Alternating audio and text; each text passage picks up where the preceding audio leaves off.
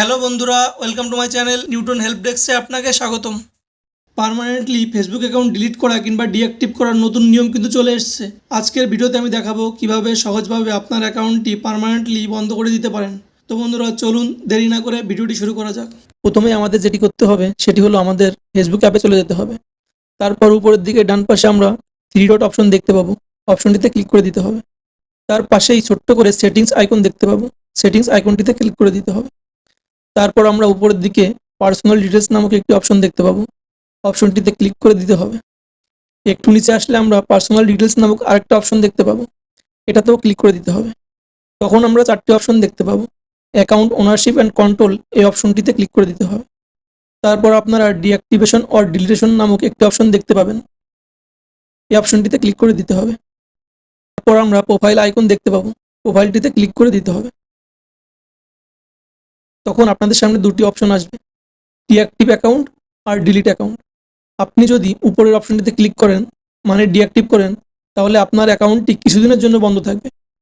তখন কেউ আর আপনার অ্যাকাউন্ট ফেসবুকে খুঁজে পাবে না, কিন্তু যখন চাইবেন অ্যাকাউন্টটি আবার ফিরিয়ে আনতে পারবেন। কিন্তু আপনি যদি নিচের অপশনটিতে ক্লিক করেন, তাহলে আপনার অ্যাকাউন্টটি পার্মানেন্টভাবে ডিলিট হয়ে যাবে। তখন একটি নির্দিষ্ট সময় পর আপনার অ্যাকাউন্ট আর ফিরে পেতে পারবেন না। তো আমরা যেহেতু আমাদের অ্যাকাউন্টটি একেবারে ডিলিট করব, সেহেতু আমাদের নিচের অপশনটা ক্লিক করতে হবে।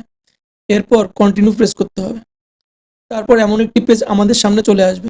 এখানে আমাদের কারণ জানাতে হবে কেন আপনার ফেসবুক অ্যাকাউন্টটি বন্ধ করতে চান। তো আমরা এখানে যে কোনো একটা কারণ সিলেক্ট করলেই হবে। আমি উপরের কারণটা সিলেক্ট করে নিলাম। তারপর কন্টিনিউ করতে হবে। কন্টিনিউ করার পর এমন একটি পেজ চলে আসবে, এই পেজটিতেও কন্টিনিউ করতে হবে। কন্টিনিউ করার পর আমরা এখানে কিছু অপশন দেখতে পাবো।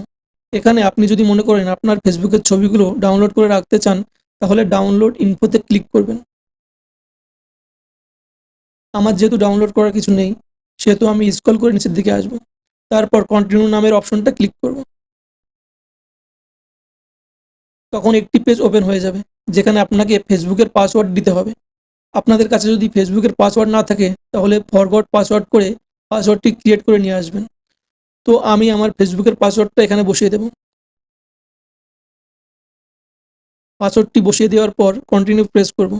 তখন এমন একটি পেজ আমাদের সামনে চলে আসবে, যেখানে বলা হচ্ছে আপনার অ্যাকাউন্টে যদি 30 দিনের মধ্যে লগ ইন না করেন, তাহলে আপনার অ্যাকাউন্টটি 30 দিন পর পার্মানেন্টভাবে ডিলিট হয়ে যাবে। তখন আর ফিরিয়ে আনা যাবে না। আর 30 দিনের মধ্যে যদি আপনি লগ ইন করেন, তাহলে আপনার অ্যাকাউন্টটি ফিরে পাবেন। তো এখন আমি ডিলিট অ্যাকাউন্ট এই অপশনটিতে ক্লিক করে দেব।